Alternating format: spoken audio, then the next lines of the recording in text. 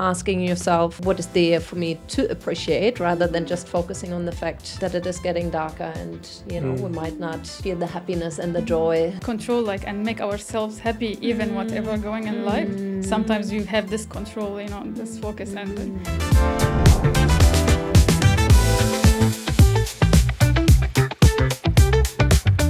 Hello, kia ora whanau. We are having a team talk today.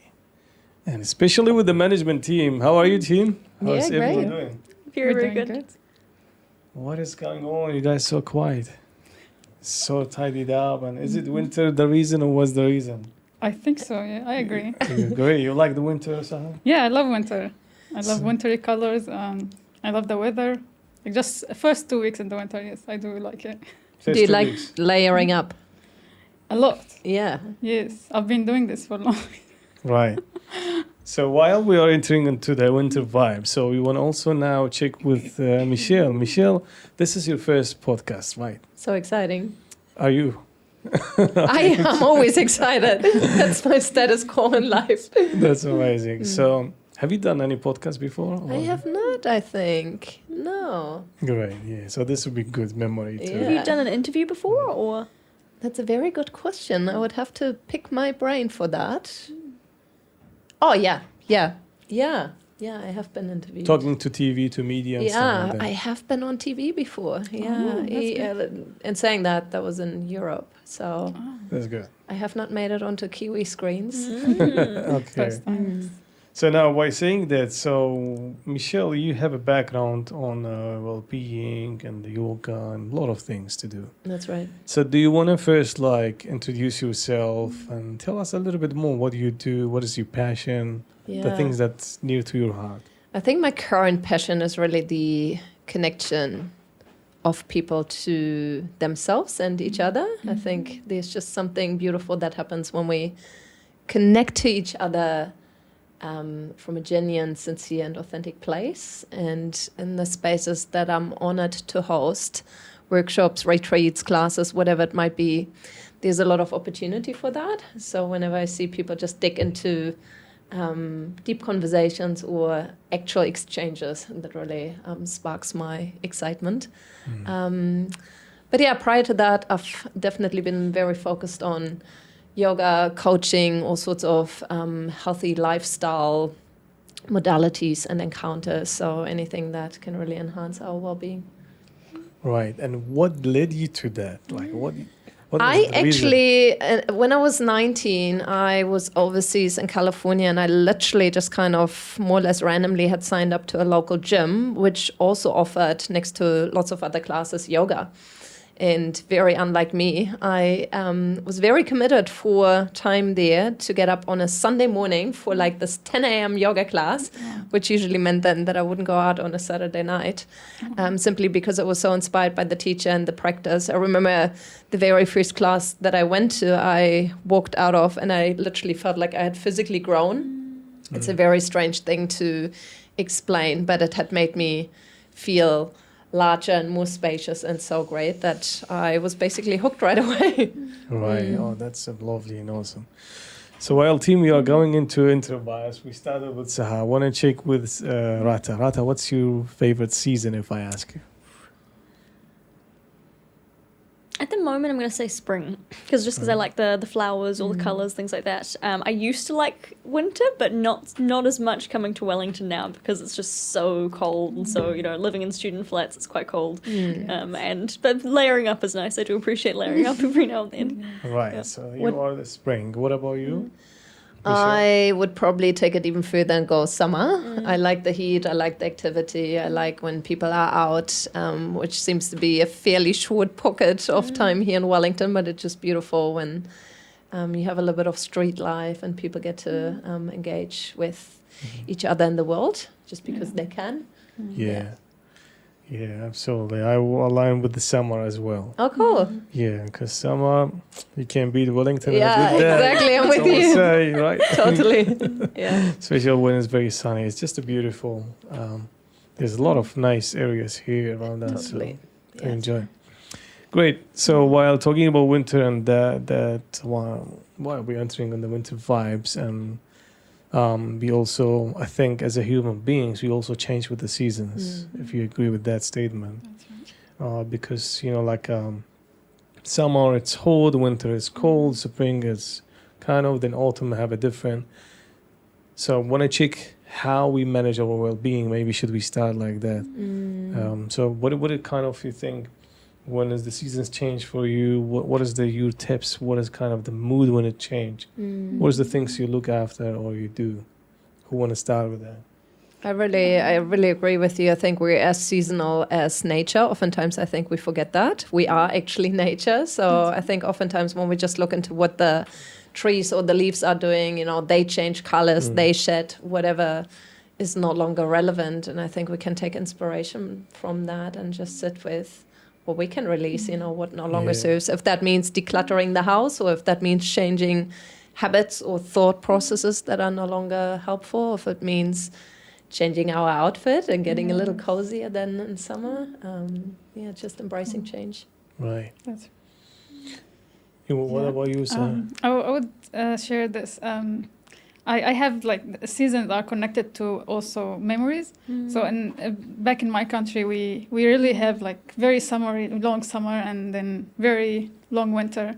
And when it's summer is finished, we have to change lots of things at home, and we get all the summer clothes inside the cabinet, we hide them, and then we get all the outfits for summer out, and then we do have carpets on because we don't have them on the summer, and we also put I don't know what we call it something. Say it in Arabic.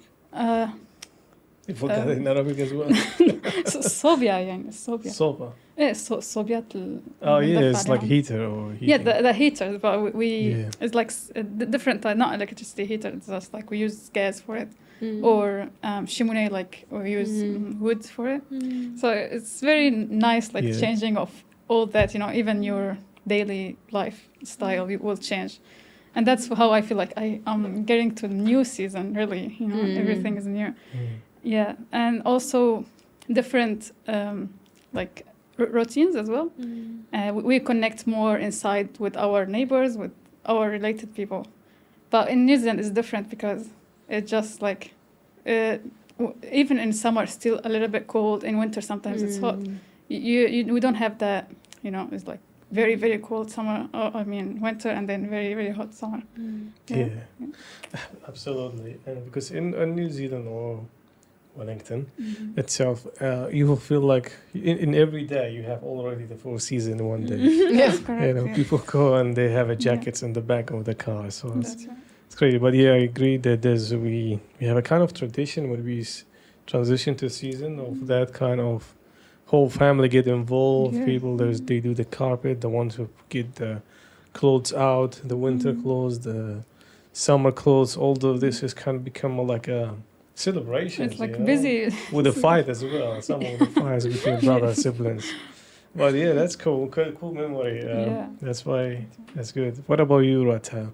I agree with that. I like especially the different memories you have. I think when I think of winter, I remember having lots of chicken soup and things like that. I think of soups and lots of being sitting in front of the fire, and it's quite a nice feeling for when it's dark and stormy and cold outside, just being snuggled up warm and spending time with people you love in front of the fire, and wrapped up, maybe having a hot chocolate or just eating some nice food, and Great. I have another question for you, especially we'll start with you, Michelle.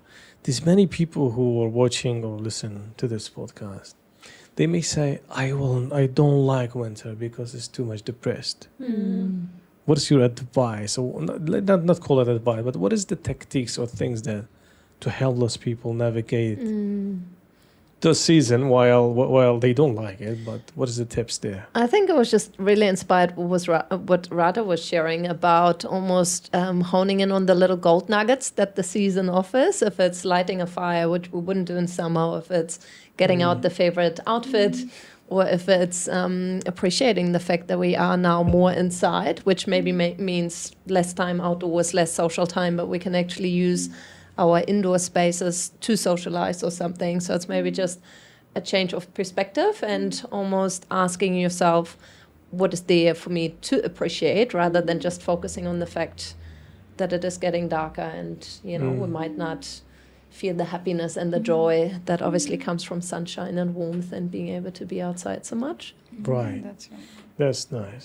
And another question, general, for anyone who want to jump in, it's about how you would like define or the well-being. Is it one aspect of our life, or is it too many aspects? Like if I want to break down the well-being, for instance, it could be physical well-being, it could be spiritual well-being, it could be many areas of well-being. So from your experience, Michelle, what are your thoughts about well-being? I think personally, I would always look at it holistically. I think somebody who's living in a healthy body might also automatically have happier, more positive thoughts because they feel well in themselves, which might then bring up their energy, which might then, mean that they are more likely to socialize because they feel good about themselves. Where perhaps we've all had it where we go through times of sickness, and maybe that means we're stuck now at home, or we can't just go out as much as we used to, which perhaps then means we spiral downwards in our thoughts or something like that. So I would always look at it as a very holistic approach, and all these layers of well-being basically being interrelated. Great. Any thoughts from you, Rata?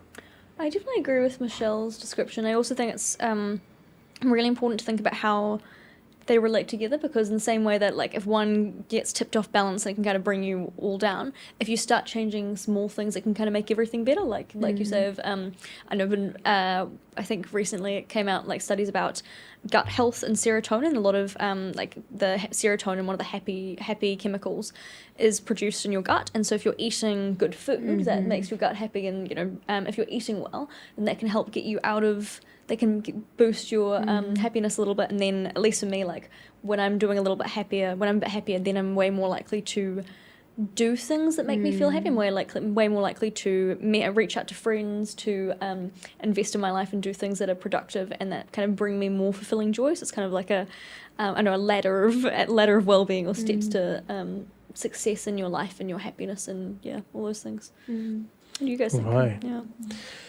Any thoughts, Sahara, about same question? What the question? What is the Again, question? sorry. About the well-being. What's well-being? What does well-being mean to you? Yeah. And you see it as a whole one, or is it actually different? Is it different parts? Or Okay. I see. I think for me they are two type of well-being, mentally and physically as well. Like mentally is mean like keeping or appreciating or reminding yourself about the good thing that every season has in it. Like what you experience in every season. And physically is like how we dealing, what we're doing, what we're touching, what we're feeling. Like the cold, and then we wear lots of clothes and then we feel warm. And that is different from summer, for example. And that's the physically. And then, I would say also like the mentally is like feeling or like thinking about how weather is changing as our feelings changing as well. And sometimes we feel so very happy and sometimes we feel very down. And that's the same as the weather, right? So I think, and should I say what I do if? Absolutely, okay. yeah. Sure. It's your time, and share anything you want. I think I love. I'm very social. I have friends.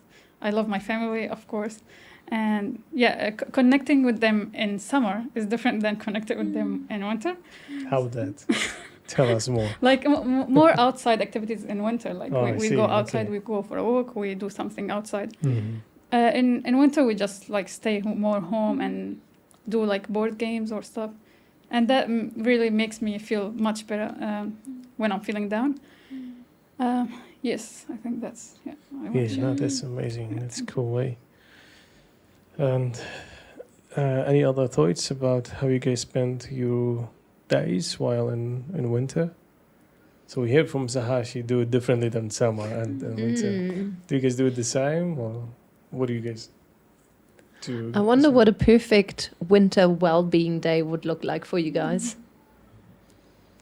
Like if you could craft up, like let's say you had an entire day to yourself and you could just do the things that would really uplift Going and for support swimming. Winter. Well, I thought maybe a really nice long bath with like essential oils or something, bubble bath with lavender oil in it or something. Maybe some like drawing or art. Read a book in a cozy space with a cup of tea or hot chocolate or something, and then board games are a great one. Board games with like invite friends around, board games and some I don't know, it's really nice food. Maybe some like freshly made soup and like fresh bread to go with it or something like that. That's really nice and. Yeah. Right. Yeah, I agree with Rata. That sounds very nice. You would be joining. You're all coming over to my house this Sunday. Yeah. Yes. Yeah, absolutely. I think I would personally throw in an element of self-care, like perhaps I would book a massage, ask the space to, turn on. Sometimes they have these heated blankets on the stretchers, so make it nice and cozy. Because I don't personally have a bathtub at home, even though I'm very inspired by that thought.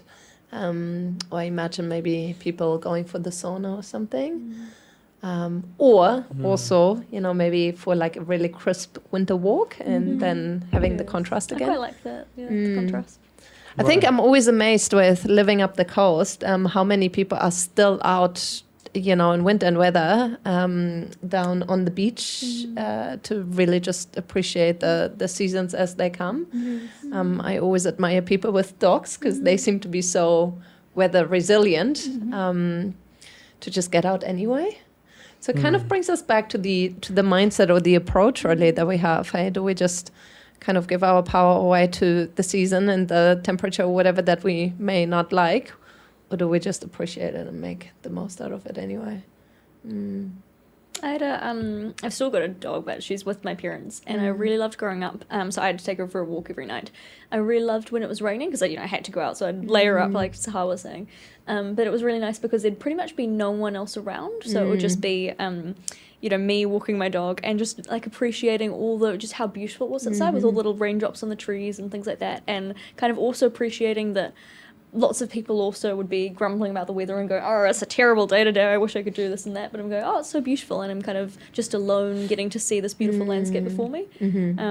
But I also loved with, I agree with the mindset thing. I really, really liked your description, Sahar, of the two types of well-being, and also thinking about how there's well-being in terms of kind of your mental focus and well-being on your situation, because of course your situation in life is always going to change. You're not always going to have perfect health. You're not always going to have perfect feelings or happiness. But how do you kind of have well-being inside of yourself, or really ground yourself, even when the conditions are bad outside, or even when life's not going super well in some ways? How do you kind of keep this well-being? And I feel like that mental and emotional focus is really important. So it's a really, really cool point. I like that one a lot. Yep, absolutely. When Rata was talking about this, I was just remembering that myself driving, and then thoughts come to my mind about how we, the older we get, how we adopt or adjust to make how to control and make ourselves happy, even whatever going in life. Sometimes you have this control, this focus, and with too much pressure, like lots of study to do, lots of work to do as well, and lots of appointments or whatever in life. And then, but you're still enjoying, for example, a song in the car and driving, and singing, and being happy, whatever you have in life. So, and I like that I got to this level, I can control that. So. I think there's two aspects for me in that. I think one is almost like, well, this is going on, let's say, whatever, dispute or something that would usually bring you down. And I purposely choose to do something else, for example, like I turn up the music in the car or whatever. So it's almost like a rather like a shift or like a distracting approach. The other thing I think that is also so cool, which I agree, sometimes it's like, finally I got to that point, is like the idea of having a tricky situation or something that feels stressful. And even in that, it's almost like a reframing idea to say, I made this habit out of asking myself, okay, why is this the best thing that happens to me in my life? Wow. And it's quite a brutal question if you're actually putting that on top of something. Let's say somebody just broke up with you, or you just lost your job or whatever. And if you kind of almost force your brain to go, okay, what's the best thing about this? Why am I so thankful for this? It almost makes you look at the positives or whatever that you obviously didn't see before. Otherwise, they wouldn't have stressed you so much. Yeah, absolutely. Yeah. I agree. That's how we learn. That's right. Absolutely. So, guys, we're coming to end of the time for this podcast. So maybe we'll end the question about what will be your message to send out to anyone who's listening or watching this podcast. So it could be anything. So that could be about the winter, or it could be the well-being in general. But who want to start? Go ahead. Okay, I have one in mind. Go ahead. Before I forgot. I would say,